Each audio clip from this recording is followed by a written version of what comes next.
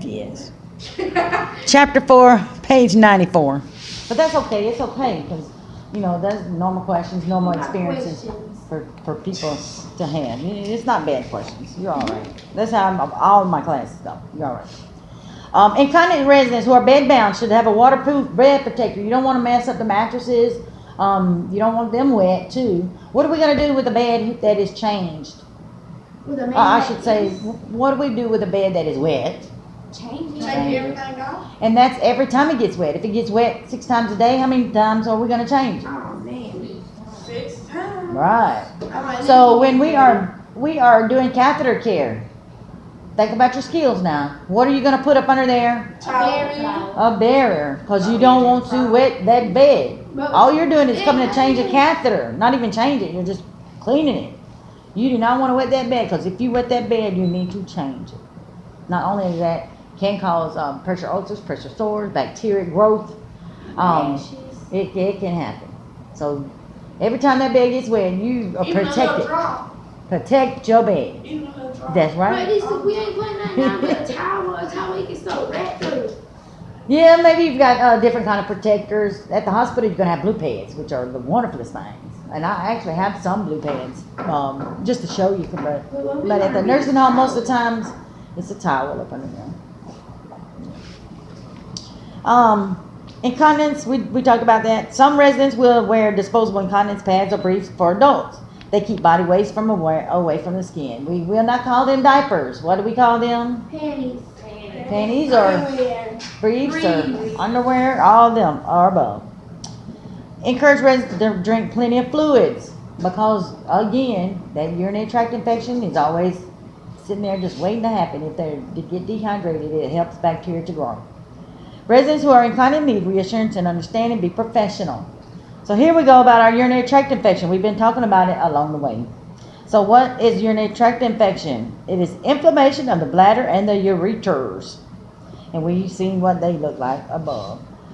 Being bedbound can cause a lot of UTIs just because they're not moving around. A lot of people are not drinking as much as they should. Tell me this, if you're feeding the patient, if you go into this nursing home, y'all going Monday, right? 2:30. If you're gonna... Oh, 2:30? 2:30. It's Monday? Yes. What's Monday? Clinicals. Monday, Tuesday, and Wednesday. Is Monday coming up? Yes. Oh, shoot, I gotta tell my boss. I didn't think it was coming up. That's still on the text. Now, I text y'all that one now. I want to make y'all make sure you know. I thought it was next week. Yeah, it is next I'm week. talking about like the week after that. But, yeah, it's this one coming up. But if you feed a resident and you help them swallow and drink, who's feeding them when they go back to their room? Who's encouraging fluids when they go back to their room? We need to. And that does not happen a lot. Most of the time, and I've seen this in most nursing homes, the only fluids they're getting is while they're eating.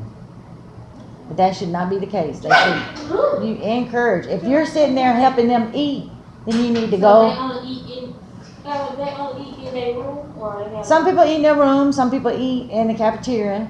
It really depends on that patient. Even some that you're going to help eat in the cafeteria. Some of them that you help eat in their rooms. It depends on how the patient wants to eat, where they want to eat in. Guidelines for urinary tract infection. Wipe front to back. Look at your little lady laying there on figure 420. Front to back means their front to back. So you're going to go up to down.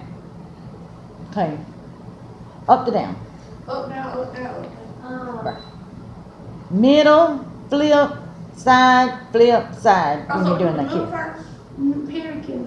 I thought it was side. There's different schools of thought and it don't matter. Oh, okay. Now, don't let me mess you up. But some people will straight up say there's a difference. But you make sure you use a different area of the cloth. Yes, ma'am. Do you know how much time not for hospital? Like choosing to go be in the house. Huh? You know I'm gonna be in class. I miss around like the hospital. Oh, we're gonna be in here today till time up. I'm gonna have to go out. I'm locked my bedroom. Okay. And they can't get in. Okay. We're gonna keep going. Yeah, 'cause I know your babies need to get in. It's too cold for them out the door.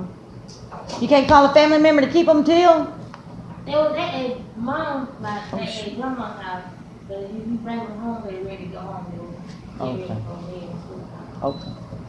All right. For your residents, you also have to make sure they're drinking plenty of fluids. That helps prevent UTIs. We keep saying that. How often do we check the patient?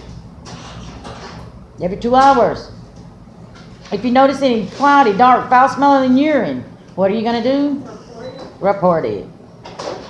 Describe the gastrointestinal system. We know what that does. Underline digestion and elimination up under number 7. Digestion is the process of preparing food physically and chemically so that it can be absorbed into the cells. So we know digestion is breaking it all down so they can use it. All right, thank you, ma'am. Elimination is the process of expelling solid waste made up of the waste products of the food that are not absorbed into the cells. So all that means is digestion is breaking down the food. Elimination is eliminating out your body. Don't think too hard. Normal changes include decreased saliva production. So when they're eating, what do we need to do? Offer them, there you go, something to drink. And that is because now they have that dry saliva. If you've ever tried to drink anything or eat anything, I mean, yes, choke sandwich, and that's what you're gonna do to them if you don't offer them something. And we got plenty of saliva, so you can imagine what that might do. Dull sense of taste. Underline this one. Absorption of vitamins and minerals decrease. Process of digestion takes longer and less efficient. Yes. The first 3 on page 95. How you can help. Now there's your digestive system. Notice what all is included in your digestive system. All that stuff is helping break down food so we can use it. We need those nutrients and helping eliminate them. So that's your digestion and elimination. All that is going on. Your pancreas helps break down foods by doing what? It shoots out a hormone called insulin. I know all about that. Gallbladder. It got bile that breaks down fats. Your liver. What about when you get your appendix? Yeah, that appendix. Appendix is, I forget, it's part of your colon. I don't think it does a lot of the digestion, but it is part of your colon. Appendix seems to somehow, bowel movement gets stuck in there and it bursts because it gets too full or inflamed. That's what causes appendicitis. That's all I'm saying. What's when it? Yeah. Like, Most of the time it's nothing. It just is out the way so it won't get blocked no more. Because that's what happens sometimes. It gets blocked, gets inflamed.